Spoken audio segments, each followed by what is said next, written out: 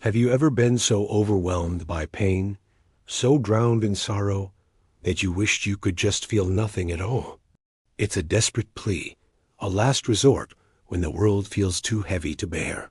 Today, we're going to explore a story, a modern parable about a woman who made that exact wish.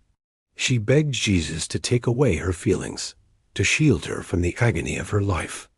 And in a way, her prayer was answered. But the result was something she never could have imagined, a chilling transformation that turned her heart to stone.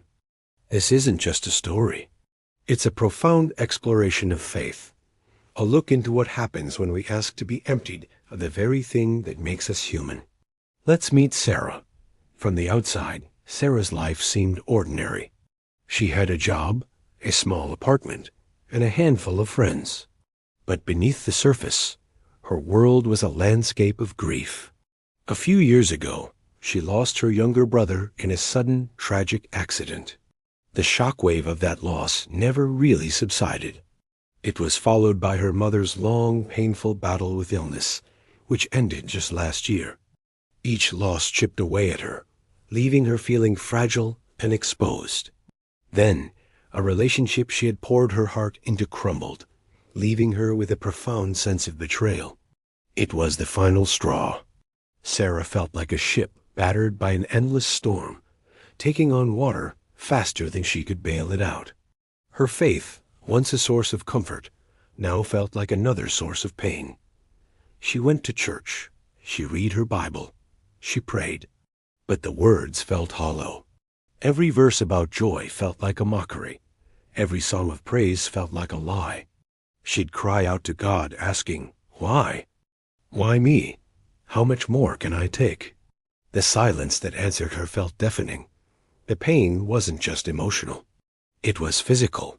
Her chest ached constantly. Some mornings, the sheer effort of getting out of bed felt monumental. She was exhausted, not just tired, but soul-weary. The world, once vibrant and full of color, had faded to a dull, monotonous gray. She was living, but she wasn't alive. One night, shattered and alone in her apartment, Sarah fell to her knees. The tears wouldn't come anymore. She was beyond tears. She looked at the small wooden cross hanging on her wall, and a desperate, raw prayer escaped her lips. "Jesus," she whispered, her voice cracking, "I can't do this anymore. I can't feel this anymore. It's too much. Please just make it stop. Take it all away. I don't want to feel joy if it means I have to feel this pain. I want to feel nothing. Please, just turn my heart to stone." It was a prayer born of ultimate despair, a plea to be disconnected from her own humanity. She didn't want healing. She wanted erasure. She fell asleep on the floor, her words hanging in the silent air. When Sarah woke up the next morning, something was different. The familiar, heavy weight on her chest was gone. She sat up, waiting for the usual wave of morning dread to wash over her. But it didn't come. There was just stillness. She went to work, and her difficult boss, who usually sent her anxiety skyrocketing, said something sharp. Sarah registered the words, but the usual sting wasn't there. It was like watching a movie of her own life. A coworker shared some happy news about her engagement, and Sarah said all the right things. "Congratulations, I'm so happy for you." But she felt nothing. No joy for her friend, no pang of her own loneliness, just a flat, empty calm. Days turned into weeks, and this strange new reality solidified. Sarah was efficient. She was productive. She was untroubled. She navigated her life with a calm detachment that was almost unnerving. Friends would share their struggles, and she'd offer logical advice, devoid of empathy. She'd watch a sad movie, and where she once would have sobbed, she now just observed the plot. The ache of her grief was gone, but so was the warmth of her memories. She remembered loving her brother, but she couldn't feel the love. She knew she missed her mother, but she couldn't feel the ache of her absence. Her prayer had been answered. Her heart, once a vessel of so much pain, now felt like a smooth, cold stone in her chest. At first, it was a relief. The absence of pain was liberating. She could function. She could get through the day without breaking down. People even commented on how well she was doing. "You're so strong," they'd say. But Sarah didn't feel strong. She didn't feel anything. The relief to feel hollow. She walked through a park on a beautiful spring day. The sun was warm. The flowers were in bloom. Children were laughing. She saw the beauty, but she couldn't feel it. It was like looking at a photograph of a feast when you have no appetite. The world was full of life, but she was a ghost walking through it. She realized the terrible price of her answered prayer.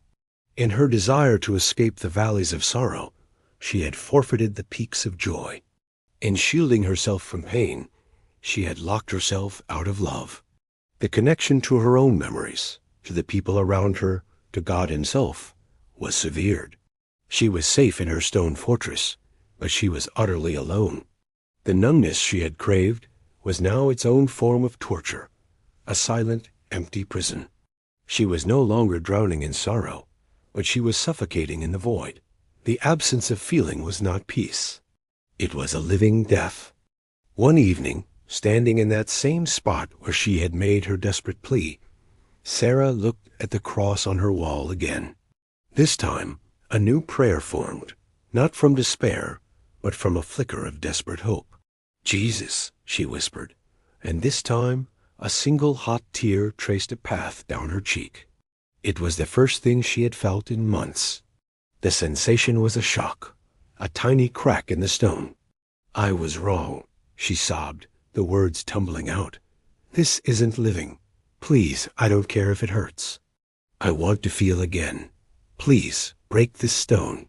Give me back my heart." She wasn't asking for happiness. She was asking for the capacity to feel, for the messy, beautiful, painful gift of being human. The change wasn't instant. It wasn't a lightning bolt. It was a slow, painful thaw. The first cracks in the stone were agonizing. The grief for her brother and mother rushed back in, raw and overwhelming. The loneliness felt sharper than ever. There were days she curled up in a ball, convinced she had made a terrible mistake, that the numbness was better. But this time, she wasn't alone. She reached out to a grief counselor. She called a friend from church, and for the first time, was honest about her struggle. She didn't just say, "I'm fine." She said, "I'm hurting." And in vulnerability, she found connection. People didn't run away from her pain. They sat with her in it. Her faith began to change too. She stopped seeing Jesus as a vending machine for blessings or a shield from pain. She began to see him as the one who sat with her in the darkness. She read the stories of his own suffering, his own grief. She realized that God's promise wasn't a life without pain, but his presence within the pain. Her heart, slowly, piece by piece, began to mend. It wasn't a new, unbroken heart. It was her old heart, scarred and patched, but beating again. The scars were a reminder of her losses, but also of her survival. And incredibly, she found that her own experience of profound pain had given her a new capacity for empathy. She could now sit with others in their sorrow, not with empty platitudes, but with a deep, knowing compassion.